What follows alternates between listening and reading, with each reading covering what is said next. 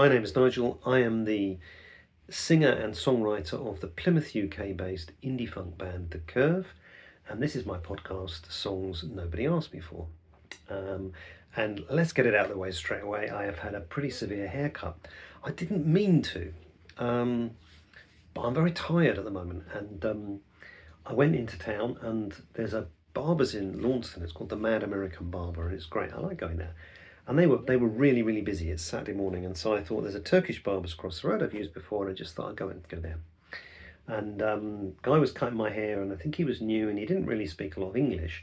And I was in a flummox, but I didn't realise I was in a flummox place. So I kind of said, I asked him. Normally, I would ask to have a sort of like a number 2 or a number 3 on the sides, depending how adventurous I am, and maybe just to then hand cut the top and then just blend it in. But instead, I asked him for a number 3 on the top and to hand blend the sides in. And I thought that it was he looked really confused, and I thought, oh, his English is not very good at all. And I said it again, and I said, well, look, okay, well, a number 3 on the top, number 2 on the sides. And he said, okay. And then he just shaved my head. And quite right, too. I quite like it, though. I'm quite sort of enjoying sort of kind of rocking it a bit. And I know that it means it will be about 6 months before I get my hair cut. Anyway, it needed to be said, didn't it? Look, I'm both excited and disappointed about today's podcast. I'm excited because I've long said in this series that I was going to interview or talk with Pav, my original bass player, and the guy I first ever did music with. And he very kindly gave me his time last week. And so the great news is that this is the podcast of that meeting. We particularly focused on band experiences, really, how we got the band together, why we got the band together. And I think he's got one or two really interesting insights. One around the influence of the punk movement just before us coming into this, and changing music into a place where maybe everybody thought they could have a go. So maybe that helped us, and the idea that we actually formed and developed a band that many people think about doing, try to do, but don't do. And that was really interesting. I felt it was a good conversation. We talked for about 45, 50 minutes. The disappointing part of it is the signal was really poor. And so I've edited it. I spent days and days and days on this flipping video because I want to bring it on here. So I've edited it. So we're down to about 30 minutes. I'm afraid, but that's okay. And I've used some wonderful AI tools to enhance the sound to start with, which I think has helped. Well, I do know it's helped. There's still bits you can't hear very well. And then I also used an AI tool on my video editing suite to add subtitles. So if you're watching this rather than listening to it, hopefully the subtitles will add enough for you to get an idea of what we're talking about. If you're listening to it, the trouble is I've heard it so many times, I don't know how clear it is or how clear it isn't, but I'm hoping you get something from it. What we agreed at the end is that he's coming down to Cornwall here with his partner and in about a month's time, and we agreed that we would try and find 20 minutes to steal ourselves away and to do this then. So do a part two, because we were going to talk about songwriting as well and his experience and journey into songwriting, but we'll do it when we're sat together, I think. So hopefully you enjoy it. Hopefully you can hear it. I enjoyed spending a bit of time with my dear old friend. And here's the podcast. I'm going to show you 3 pictures because we talk about 3 iterations of our band. The first, with a lovely late 70s name, was the Deluded Romantics, and here is a picture of us in the Deluded Romantics. Now, I've shown you this picture before, I think, and this is a picture with myself and Pav and our drummer Tim in the middle there. Now here is a picture of our second iteration, which is after I've been to university, called Wanted in 50 States, and here it is. And last of all, here is a very arty picture of the last iteration of a band in London, which was Brilliant Butt. Here it is. Okay, I'm going to play it now because otherwise this particular episode is going to be about 3 hours long. So yeah, enjoy it. I'll just pop back at the end and finish off. Okay, see you soon. I sort of suggested to you I might want to just sort of like talk a little bit about sort of what it was like maybe doing music in, I suppose, late 80s, early 90s, and also maybe a little bit of a timeline for us. And in some early episodes, first one, I talked a little bit at our very first gig. which was, from my memory, in a school performance, one of these things where they had poetry and light opera and various things, and we played 3 or 4 songs in it, and I think I famously broke 3 strings, while we were playing, and then I also remembered playing a very early gig in a junior school for some reason, and really, really sort of high rocking gigs, sort of a school performance in a junior school. I also remembered, our music teacher buying us a load of equipment, and the fact that we were the only band in the school at that time, and, you and I both got sons who've been in bands, and there seemed to be dozens of bands in every school, and I think that for me, that had been quite useful that we'd been the only band because I was quite shy, and I think that I possibly, if there'd been some very cool bands around, would never have done it in the first place. And, so I've talked a little bit about that, and, I suppose I was just thinking about what your timeline memory is of us in bands, really. I thought about us, you and I, when we were kids, meeting together. We both went to Mrs. Delaney's, guitar lessons, I think, and then, going around your house quite a lot and playing the guitar, really, and I suppose I wonder what your memories are of that and of maybe getting together into the band situation.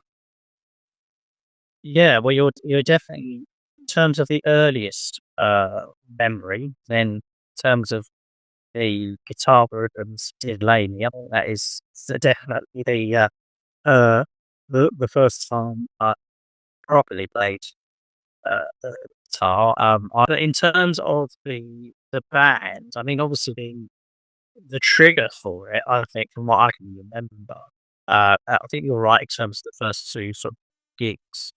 But the trigger for it obviously was before that. So if you remember, when we went into the sixth form, obviously we had our own sort of sixth form area. And during that first term, there was this whole thing about the sixth form doing a performance for the rest of the school. For instance, 16, I suppose, at the time. And anyway, in that, as part and parcel of all those different ideas that evolved, there was a chap called Greg Hamilton who wrote a song which what he called was a spoof song about punk. And I think Greg wrote this from what I remember. And he was very keen to perform it. And then I think we agreed to be his backing band. So that was basically yourself, obviously as the resident school guitarist, me and Tim Smith, who was obviously the orchestra's drummer. And so, and that's what we did. I would dress up in some ridiculous outfits. I remember wearing Ruth Williams kilts on stage. I remember those, yeah, and some safety pins or something like that. And uh, and what's his name? Prancing around singing his lyrics, which I can remember at least one of the lines was, "I am a dog lying dead in the dog." So, I mean, that's at least a sort of our memories from that. So that was, obviously we did that as a bit of a joke thing at Christmas, and then I think following that, we had a chat in the days or weeks after saying, "Why don't we actually start a band?" Sort of. And, and I think, so for me, that was the trigger, I think, in terms of talking about it seriously. Obviously, we didn't really know he was just a Cooper run, but uh, I think you must have had the idea. Well, let's ask them who's interested in helping out. And then, yeah, the first 2 gigs, you're right, they were just part of the usual school. Um, what do you call it? Form side thing. Job stitches. I remember another band whilst I was at school. Amongst the older kids. I did see a band once. They at the school, but they'd all left school by then. They were in their early 20s, and I think one of the guys may well have been the age of your older brother. He used to work in that music shop that used to be on musical instrument shop that was on South Street. So that was the trigger. But interesting enough, and as you know, I've been doing this music course for the last Yeah. And like you were saying about these sort of video videos you can do in a podcast effectively. What it does is make you think, to some extent in terms of context, I suppose.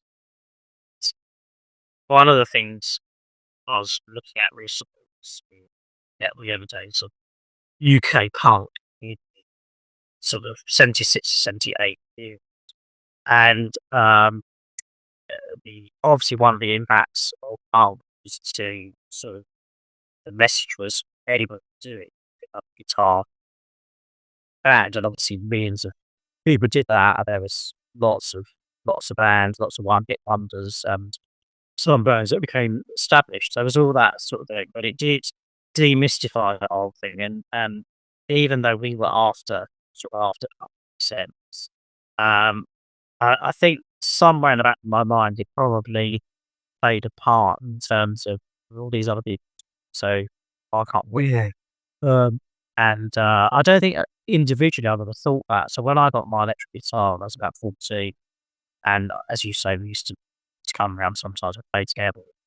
I play in my bedroom, but I didn't at any point. I don't remember thinking, "Oh yes, one day I'd like to be in a band."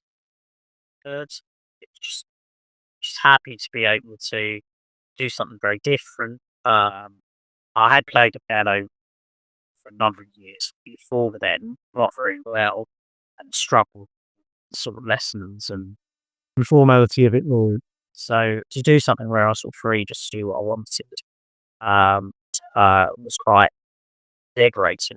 So, yeah, so I think right, it's those two gigs were the definitely the first two. I mean, the good thing about them was certainly that you had an audience, which is quite a considerable size. I think I'm not sure if it was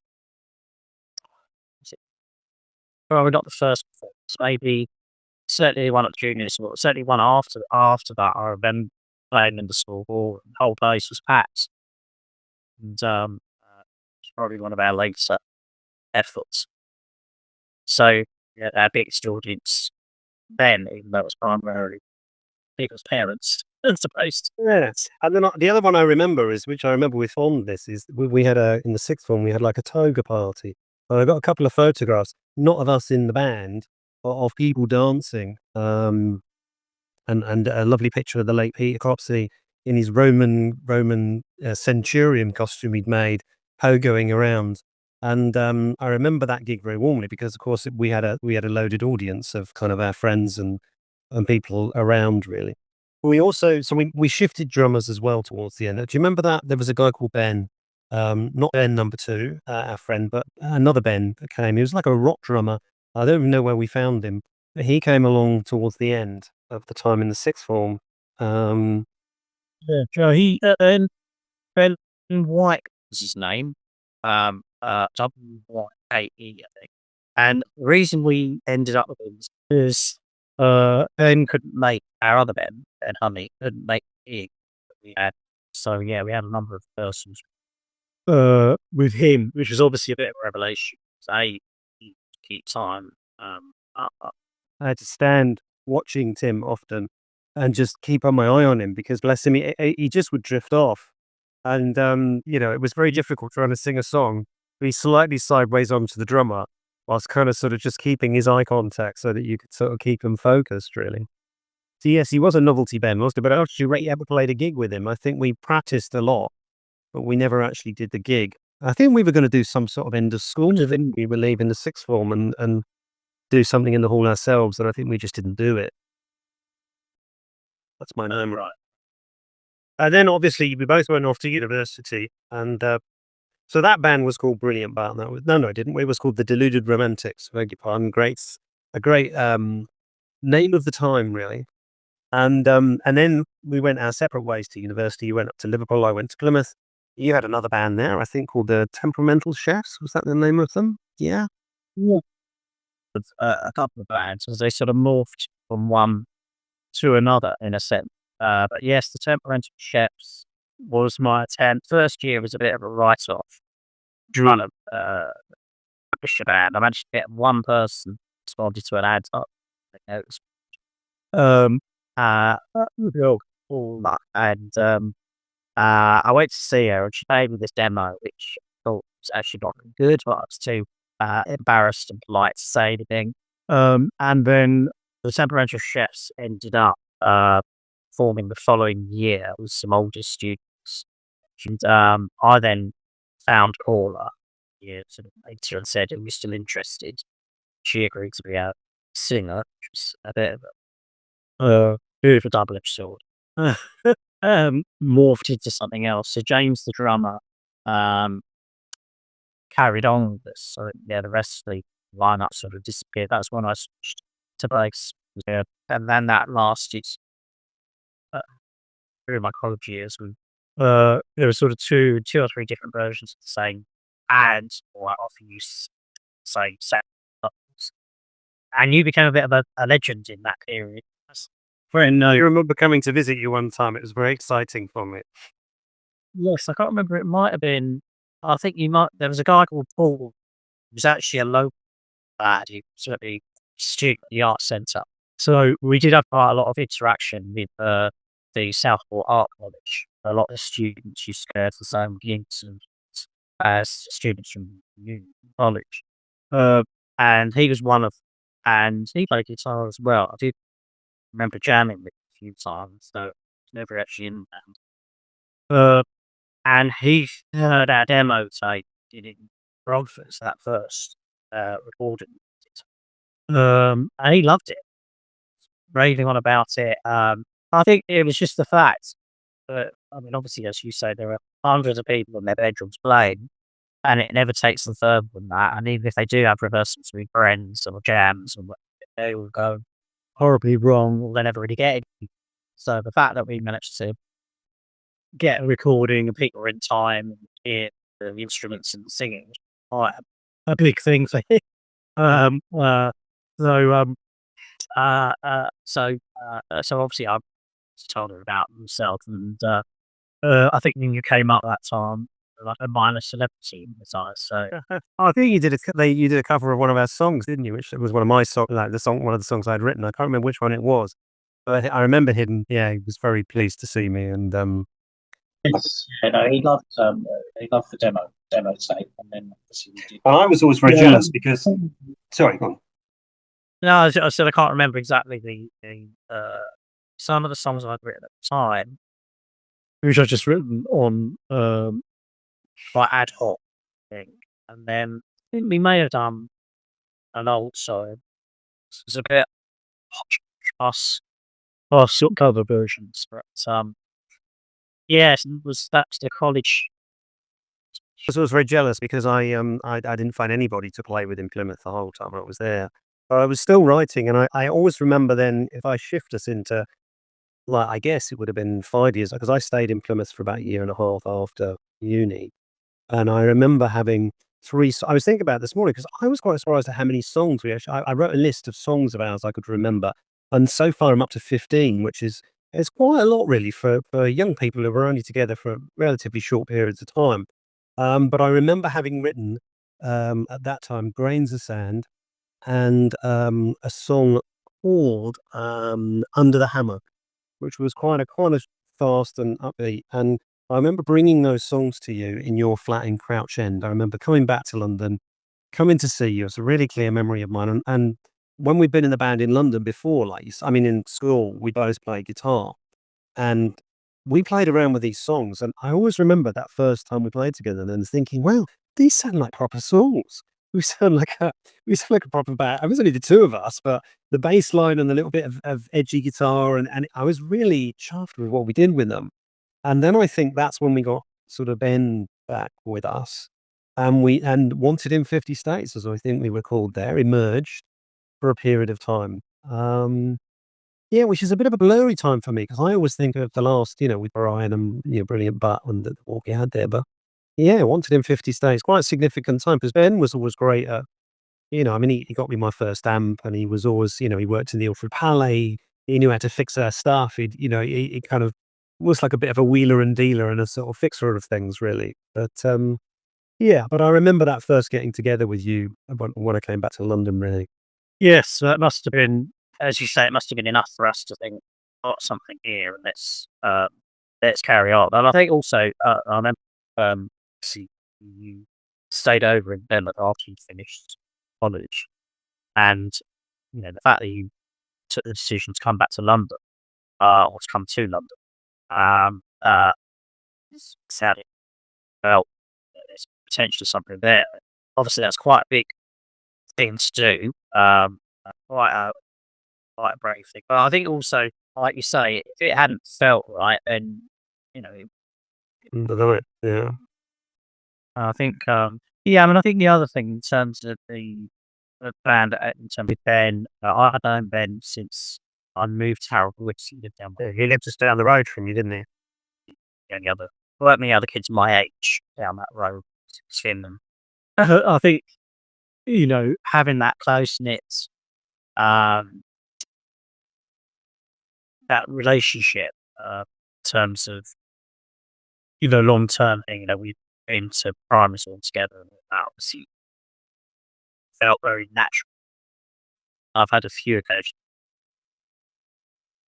where I did answered a couple of that sort of people I bumped into said, "Oh, there's been in the band and I'm on to rehearsals," and it's a very different experience. We've just met before, and you're very self conscious of playing one calm. So yeah, so I think it was a relatively smooth um, transition. And I think also once we started working together in the band, obviously Ben was extremely involved, and your brother was very good at the sax. Jack,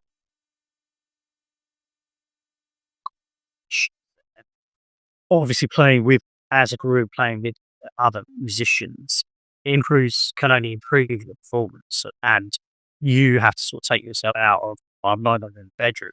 I have to now think about the dynamics of what else is going on around. Um, so I think and that's the sort of musical experience you can't. I think particularly if you haven't had formal musical training. So you learn, I mean, you're learning by ear, but you're also learning things like timing, then dynamics. So you don't necessarily, I'll think about it like that beginning, sort of do it spontaneously. Um, Sit there and analyze it, but later on you suddenly realize.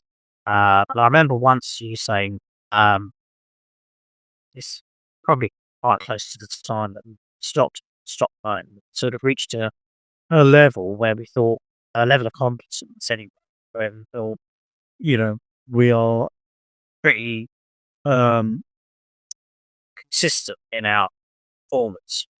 See, uh, uh, with these and obviously gigs, see ourselves paired with our bands as well.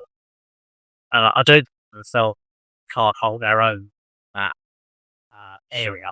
But I think we did get to a level where, say, we were pretty tight, and that carried Brian in the later incarnation. He was brilliant, but yeah. I mean, my memory is, obviously my older brother was with us for a while and then he left. My memory of Ben, and you may have a different memory, is that I think Ben wanted us to it sounds really, really rock and roll when I say this. He wanted us to go in a different direction. So I think we probably saw ourselves in this sort of indie vein of things. And I think Ben had a desire for us to be a little bit more polished. And I always, the conversation I remember having with him, he was quite frustrated with me one time. Um, do you remember that song we used to do, Ruby Baby? I got a girl and Ruby is her name. And we just do a bit of a thrash of it, really. And I remember him lending me this Donald Fagen record, where he'd done this version of Ruby on it. And he said, "This is what I want to do. I want to do this." And it was really polished, sort of like, I don't know what you'd call it, soft rock type of thing. So I think he got a bit frustrated with us in the end because we weren't there really. And I remember being really concerned when he left and thinking, "Oh, that's it." And then you found the amazing, I have to say late, because he's sadly passed away a little while ago, great Brian Alexis, who I think he'd been in some pretty good indie bands, hadn't he? The Raw Herbs, the June Brides, and how we found it, I mean, it's quite bizarre. So you remember, I think we had a couple of rehearsals, well, one rehearsal. I mean, because I told you there was a girl at work Sonia, who's keen to um, uh, get involved in the band.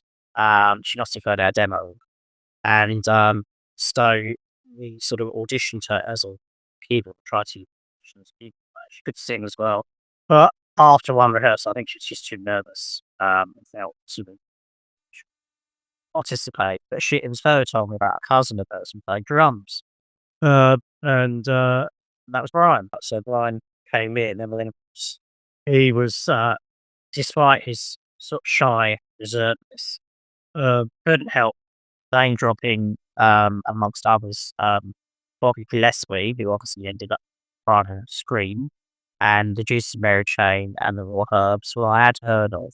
I think I had, uh, they done a Janice Long session on Radio 1, and they was the darlings of, radio at that time, and it was one of those, they were one of those groups that, sort of, like, uh, probably now less so, but at the time, nobody knew who they were. They did this one session and this was disbanded quite soon after that, so they became like a legend in their own.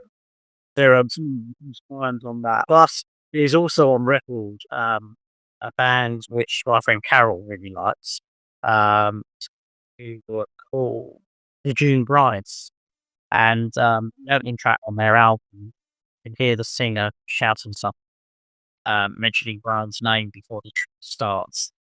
He's London. Oh, he had a lot of pedigree for us, didn't he?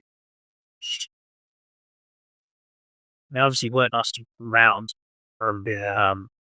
band, and that obviously with the drummer, they as you know, extreme demand because it's like one of them for every. Oh, Yeah. And he was a very different type of drummer than Ben, because Ben, as I say, was quite a rock to me, had that rock sort of background, and Brian was definitely a indie drummer. And like you say, he was very shy, even though I always thought he was one of the coolest dudes that I knew, really. He just looked so cool, and he was so shy. And I always remember the first gig we ever played with him. I don't know if you remember this, because he did it all the time afterwards, but we did our sound, because you normally get a sound check, wouldn't you? You get sort of like about an hour and a half, 2 hours before the gig, you'd have a sound check. So we did a sound check, and then we finished the sound check somewhere, and he just disappeared, and he just wasn't anywhere around.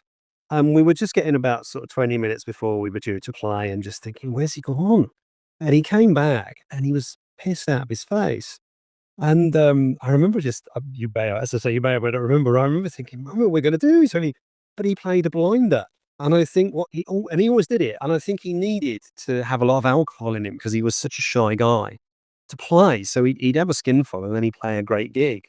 Well, once I got used to it, it was okay. But those first couple of gigs, you're thinking, is he going to come back? Is he going to know when we're playing? Is he going to have any idea what the time is? yeah, I think I might have forgotten that. Oh, it's indelibly stamped in my brain, really.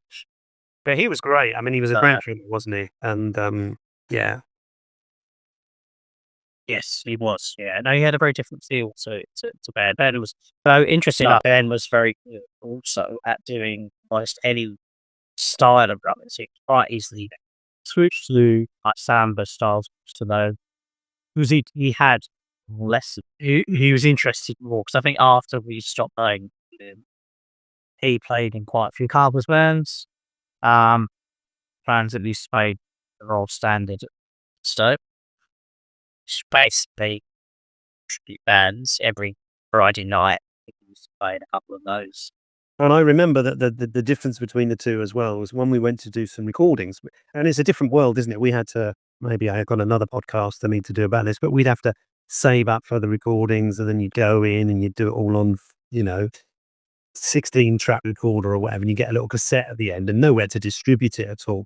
So the difference between the two of my was when we ever did a track with Ben, when he was the drummer, we'd always have a click track. He'd always want to follow a click track because he was very technical like that. Whereas we tried that with Brian early days, he just couldn't follow a click track, and he'd just have to be organic and just very natural when he did it, really. And then, so sort of just very different experiences. And I think my memory is of enjoying that last iteration, which was brilliant, but the most really for me, I felt we were, like you say, we got to a certain level, and I think that level was there. We had a few experimentations. I remember Nicola coming and playing keyboard with us for a little while. And we played our final gig, as we were just remembering the other day, in South London, um, which was hosted by Eddie Izzard, I seem to remember, and with Mark Lamar in the band supporting us. And I spent the evening talking to Eddie Izzard. I have no clue who he was because he was fairly early days. It was only years later you said to me, "Oh, we did that gig where Eddie Izzard was he was I think he bought the place or he was running the music bit."